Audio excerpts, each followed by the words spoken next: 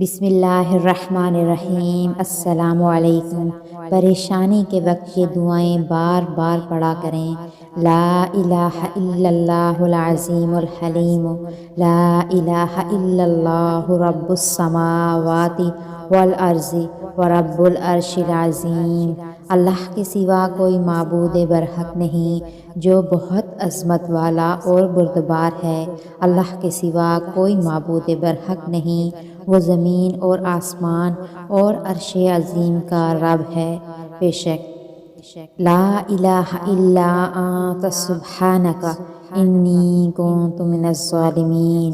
الہی تیرے سوا کوئی الہ نہیں، تو پاک ہے، بے شک میں ہی قصوروار ہوں۔ یہ سورۃ الانبیاء کی آیت ہے۔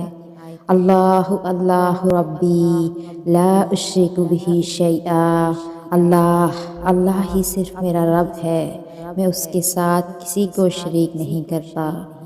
جو شخص یہ دعا پڑھے گا اس کی 70 قسم کی مصیبتوں اور نقصانات سے حفاظت ہوگی انشاءاللہ، اور ان میں ادنیٰ درجے کی مشکل فقر و فاقہ ہے۔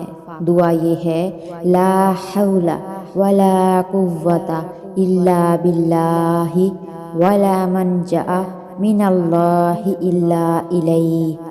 اس کا ترجمہ یہ ہے، گناہوں سے حفاظت اور اطاعت پر قوت صرف اللہ کی مدد سے ہوتی ہے، اور اللہ کے سوا کہیں نجات کے لیے پناہ گاہ نہیں ہے۔